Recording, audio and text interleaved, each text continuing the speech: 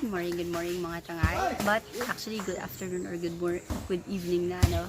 Welcome back to our channel. If you're new here, I'm Janice. Hello po, my name is Albert. And we're here at our project site here in Santa Monica, Puerto Princesa.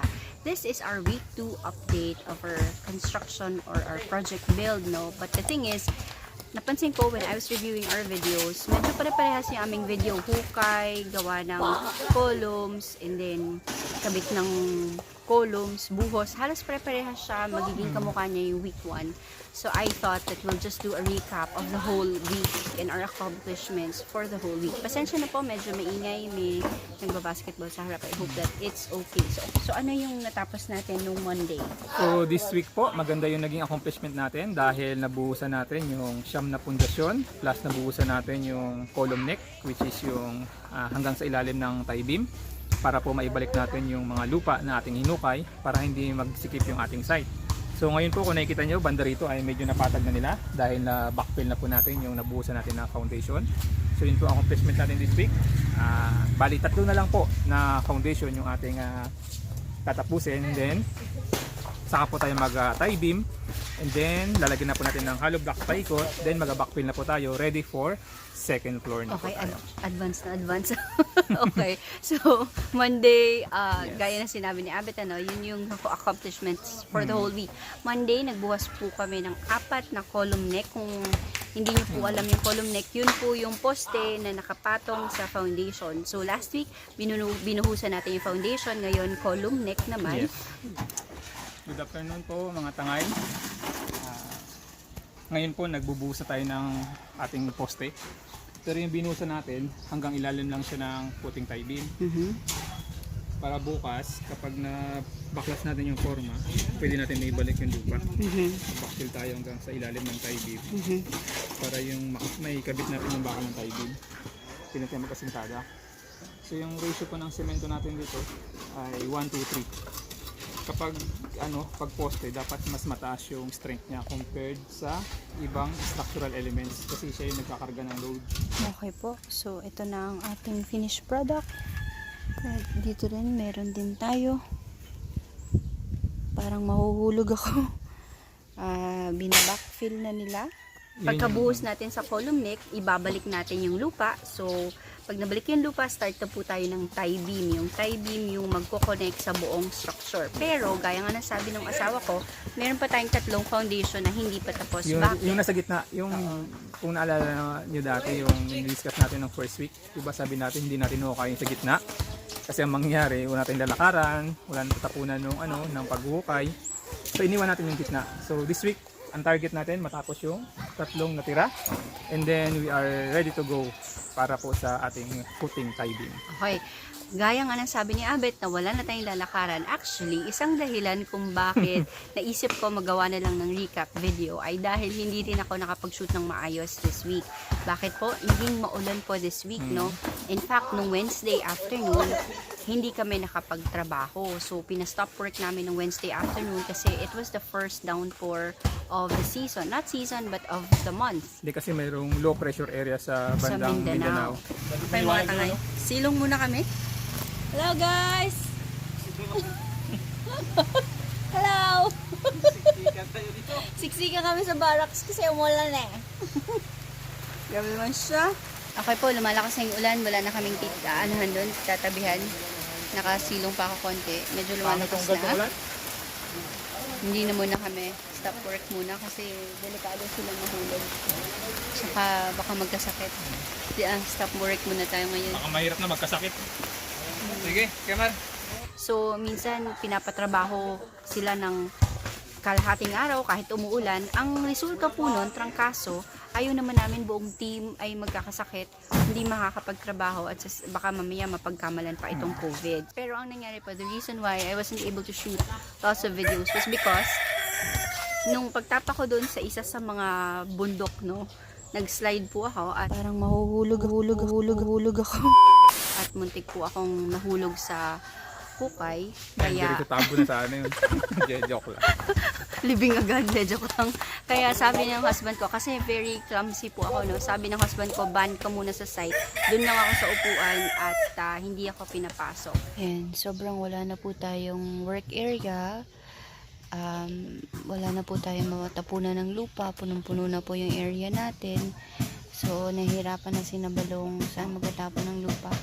Ang hirap na rin kumilos. Yan, muntik ako nahulog dun kanina dun sa butas. Dito ba? Yan, dito. Yan, kasi ang lambot ng lupa. So kaya ban muna ako sa project site. Dito lang ako sa area na, ay sorry, nagagawa ko ng payroll. Pero at may natapos naman tayo, marami naman tayong natapos. Okay, isa sa mga nangyari this week, nag-toolbox meeting tayo. Ano yung ginagawa sa toolbox meeting? Sige, bago yun, ang kagandahan po pala sa lupa Okay. dito, sa area na to, ay ano po siya, matigas. Hindi siya yung katulad nung sa may balay na kapag kunting ulan lang, nag-bar down yung hukay.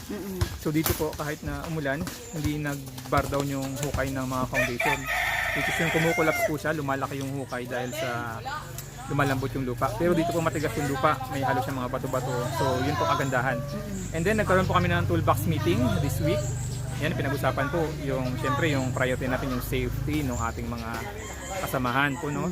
And then ni-recap po, yan, yung kung ano yung goal, yan, yung about sa quality, nagkaroon tayo ng mga rules and regulation. Kasi po pag walang rules and regulation sa site, ay wala pong ano, kumbaga yung tao ay walang susundan, gagawin nila yung gusto nila.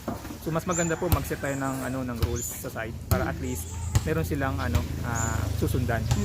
So sinet natin yung expectations namin sa kanila at ang pwede nilang ma-expect sa amin at yung rules natin kasi sa amin po lalo na sa husband ko no, he worked as a QA/QC engineer, quality talaga. Hindi pwede yung pwede na ako rin. So after him ako pa yung nag-check kung pasok sa quality ko rin kasi Consultant. Ayan, so I speak for the client. We've been with this team for almost 2 years already. So alam na nila yung halo na gusto namin. Alam na nila 3 years kung na ano this ba. year, Oh, almost 3 years na. So alam na nila kung ano yung gusto namin na ratio, ano yung nakalagay sa building permit alam na nila yon. So lahat ng projects namin pare-parehas yan ng halo. Kung ano yung ginawa namin sa aming bahay, same, pati yung mga materyales, the same way, kung gano'n namin gusto ka-quality build yung aming balay, ganun din yung gusto namin sa aming mga kliyente. That is for a 2-story building po, di ba? Kasi nagbabago naman ang specification ng building based sa taas, sa design, yan po. So nagbabago-bago rin po. Pero nagkataon lang po na puro 2-story yung ating nagiging proyekto, kaya nagiging same lang yung design ng ano natin, ng structure. Okay, at dahil nabanggit mo na rin yan, sasagutin na rin natin yung isa sa mga tanong na itinanong sa atin sa isa sa ating mga videos. And I thought of just including a comment or a question of the week to answer, no? So, okay, ang tanong ay, balak niya rin daw magpatayo ng apartment, pero for now, ang budget niya is for a 1-story muna, and then later on, pag nagka-budget ulit, lalagyan na yung 2nd story, and then later on, 3rd story. Pwede ba daw yun? Ayun, medyo komplikado po yung ano, yung question po, di ba? Pero we will try to answer that. Kasi po, once we design a structure, for example po, 1 story, naka-intended lang po yan for 1 story. Kasi yung dami ng bakal niyan, yung laki ng mga poste, laki ng biga, ay naka-design for 1 story. Hindi po tayo pwedeng magdagdag ng additional story later on kung nagka-budget tayo. Ang masasuggest ko po, halimbawa kung gusto natin magpatayo ng 3 story, ay buuin na po natin. Start na po natin yung ating design sa 3 palapag. And then halimbawa po, gusto natin na ang budget natin hanggang 1 story lang, pwede po natin itigil. Like lagyan natin siya ng ng limit. Halimbawa, ground floor lang muna yung kailangan tapusin, pero kailangan po natin bubungan yung 1 story kasi po 'di ba, yung bakal niya naka-expose yung natin, yung Slab. Yan, yung slab, saka yung natin, yung buong ground floor. So dapat lagyan natin siya ng bubong. So ang maganda po, kung pasok po yung budget natin sa buong structure, like yung yung skeleton po niya, no, yung konkreto, lahat po ng bakal ay mabuhusan natin. And then malagyan natin siya ng bubong. Mas maganda po 'yun kasi protektado na yung ating structure ng bahay. And then pwede po natin tapusin yung ating ground floor kung hanggang doon lang yung budget natin. Pero ang magiging disadvantage po nun ay yung occupancy permit. Kasi po, once we design a structure like for example yung 3-story, kailangan po yan ay tapos lahat bago tayo ma-issuehan ng occupancy permit. Kung commercial po yan sa area niyo, mas maano po yung yung requirements, mas marami. Lalo na kapag 3-story, kailangan pa yan ng soil investigation, kung possible ba yung soil nyo doon ay kaya niyang kargahin yung 3-story, or kailangan nyo ba magkaroon ng soil improvement. Yan. And then, kailangan nyo pa ng mga fire protection kung commercial po yun. So magiging komplikado po siya. Kaya po mas maganda is one design na lang para hindi na maging mas magastos sa inyo. Kasi mas mahirap po kung pa unti-unti, mas mapapagastos po kayo pag ganun. So, ito ay from the engineering Yes. side, no? Engineering point of view. Ako naman from the business side. As much as possible po, maganda na tapos na yung building bago kayo mag-start magparenta. Bakit? Kasi for the safety of your tenants, I don't think the city building official will allow for your building to be built on if there are tenants living there. So, hindi siya safe sa tenants, and then, hindi rin siya convenient for the tenants. Kasi imagine niyo may gumagawa during the day, paano kung home-based sila, or paano kung may mga bata sila, no? Maingay, magulo, kung may nakatira na. Ngayon, kung ang apartment nyo po na idadagdag ay pahalang, meaning to say, ang units nyo ay pag ganito, no? Pahalang, yung kadikit lang, hindi po siya magiging masyadong mahirap.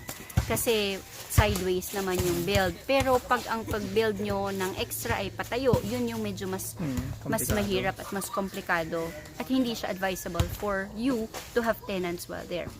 Sa amin po, nung nag-build po kami, pinilit namin na magkaroon ng budget para matapos agad yung buo, para earning na siya. Although nagbabayad kami ng interest sa loan, nung kumuha kami ang loan, we have a video on that. You can watch it. I'll put the link here. Naging maganda naman po kasi pagkatapos kumuha kami ng occupancy permit, may nakatira na agad. So I hope that this was helpful. We are not a construction channel. We are a channel for OFWs. And we're trying our best to give you maximum value in everything that we do, But since you may be building your apartment as well, baka may na-encounter kayong questions that we may answer. I hope that you found this helpful. If you did, please click the like button and subscribe if you haven't yet. And I think that's it for us. Thanks for spending time with us. We'll see you in our next video. Ingat po and God bless.